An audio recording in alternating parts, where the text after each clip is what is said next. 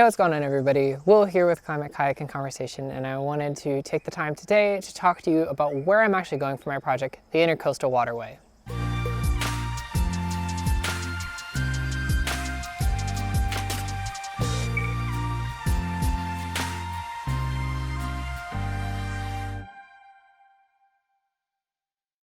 Now, when it comes to the Intracoastal Waterway, there is so much that we can talk about here. But particularly today, I just wanted to do a brief overview of why this waterway is so cool and why it is so important to the United States. What is so unique about it? And that's in part because it is actually not just one waterway, but a collection of hundreds of waterways. We're talking rivers and estuaries and bays and sounds and man-made canals that stretches 3,000 miles across the eastern United States. Starting up in Boston, Massachusetts, going all the way down the east coast of the United States, down to the tip of Florida and Key West, back up along the west coast of Florida, along the Gulf, finishing in Brownsville, Texas. And it's actually not just one waterway, but three non-contiguous segments. So it basically means three segments that actually are not connected. The first one is the Atlantic Intracoastal Waterway that stretches from Boston down to Key West. And then there's two sections in the Gulf that then make up the Gulf Intracoastal Waterway. Now for me and my project, I'm only going about 1,000 miles. Still is kind of a long way. Now if you guys have followed most of my videos so far, I've hit about 200 miles thus far in my project. I started in Miami, Florida, and I've made it so far to Cape Canaveral. If you're wondering why I've stopped, well, if you're watching this right now, we kind of have a bit of a pandemic going on. But in the meantime, I'm trying to produce some more content for you guys to learn more about what incredible things there are about our Intracoastal Waterway, storytelling, and kayak sailing in general. So I wanted to start off by talking about where the Intracoastal Waterway got started. And for that, we have to go back over 200 years back to the founding of our country. Yes, that is how far back they've been planning this thing out. The founding fathers of the United States even saw back then that there was a possibility of an inland waterway system for a protected waterway all along the colonies. The original survey was written up and requested by the Treasury Secretary in 1808. That's a long time ago.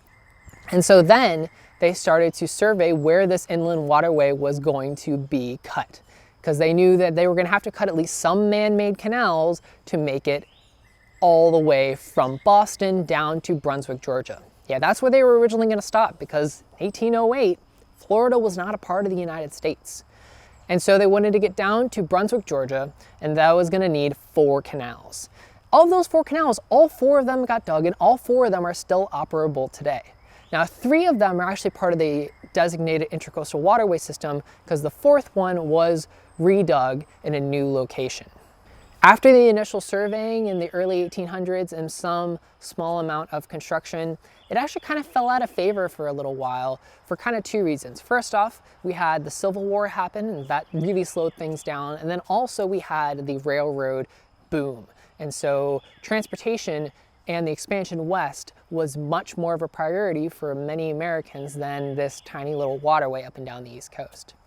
The Intracoastal Waterway came back into favor in the late 1800s when they realized that they needed a more cheap and efficient way of transporting goods and services up and down the East Coast.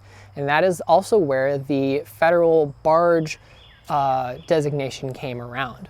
And so we now had a means to transport these bulk goods up and down the coast, which means that we need to maintain our Intracoastal Waterway. The first of those major canals was actually one right here in my home state of North Carolina, the Albemarle-Chesapeake Canal up at the northeastern end, connecting the Albemarle Sound to the Chesapeake Bay. And that was an incredibly important canal connecting the New England area down to the Carolinas. Because once you get into North Carolina, then we have all of these barrier islands that basically create the Intracoastal Waterway for us. After construction for the Intracoastal Waterway was resumed in the late 1800s and then into the early 1900s, we started to have a pretty substantial waterway there from Boston all the way down the coast. It was actually not completed until 1949. So it took over 100 years for this whole process to be completed. And it was particularly important in both the First World War and even more so in the Second World War, because the United States government needed a way to transport troops and services and goods up and down the coast without the threat of the German U-boats lurking just off the coast. So you could kind of think that if we didn't have the Intracoastal Waterway system, the war could have gone very differently for us in the United States. And I feel like it's not talked about enough of how important of a role that it played in the defense of our country. And many times was this recorded in our history of how important an inland waterway system would be to the defense and safety of the United States. The Army Corps of Engineers are designated to maintain both the width and the depth of the Intracoastal Waterway. And that sits at about 100 feet wide and 9 feet deep at all times. Unfortunately, they can't always have all of it stretched at the proper depth at the same time.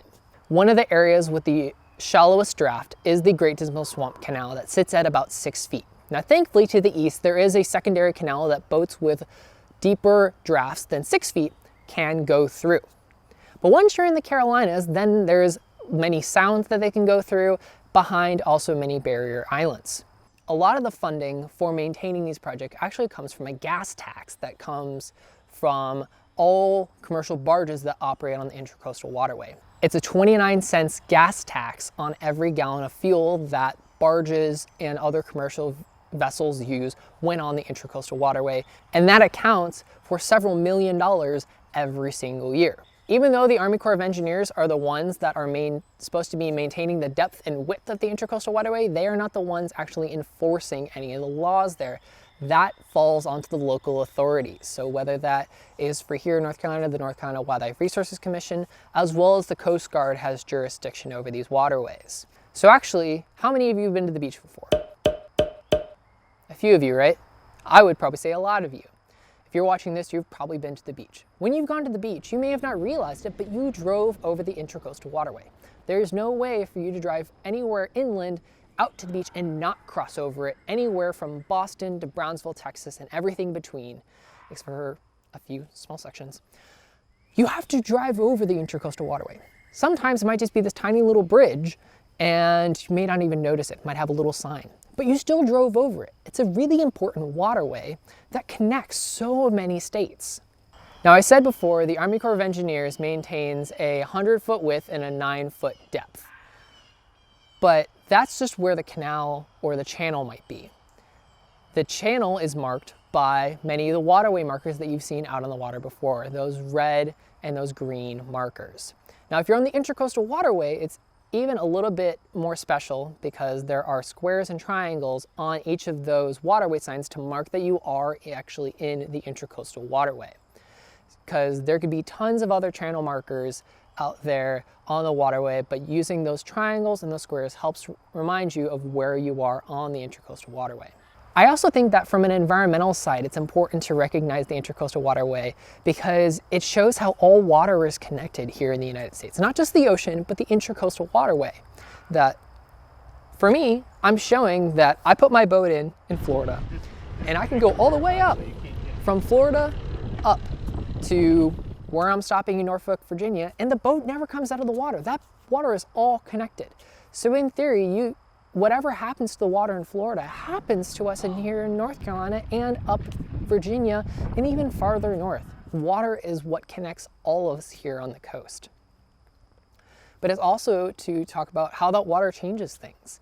The water is constantly moving. We have our tides moving things up and down, and that is shifting sand, that is shifting sediment, and so we have to learn to adapt to the changes that are happening here on our coast and along the Intracoastal Waterway. Many people have been living in these areas for hundreds of years.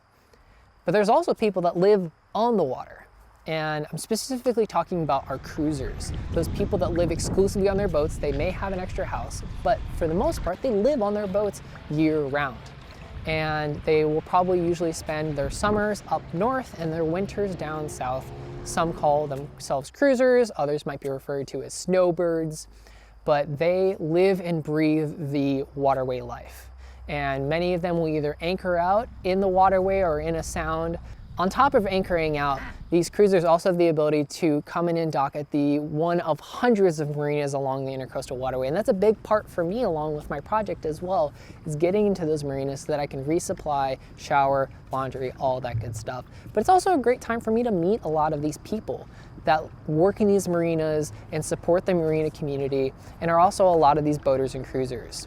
And I think it's so incredible, a lot of the people I've met so far. I've heard so many great stories, and I'm so excited to get back on the water. So next time you're going to the beach and you cross over that little bridge, look out for a little sign that says Intracoastal Waterway. It might be unassuming, but think next time of the incredible waterway that you're crossing over, the thousands, if not millions of people that have been a part of this Intracoastal Waterway over the years and the role that it has played in the history of our country. That's all I've got for you guys. Thank you so much for watching. If you like this video, go ahead and give it a thumbs up. And if you want to learn more about my project, you can go to climatekayakanconversation.org. If you guys want to see more of my content of me kayaking and sailing all over the Eastern United States, as well as more tips, tools, and processes on the planning of projects like this and more waterway stuff, go ahead and subscribe to my channel here. And other than that, thank you guys so much, and I'll see you all out on the water.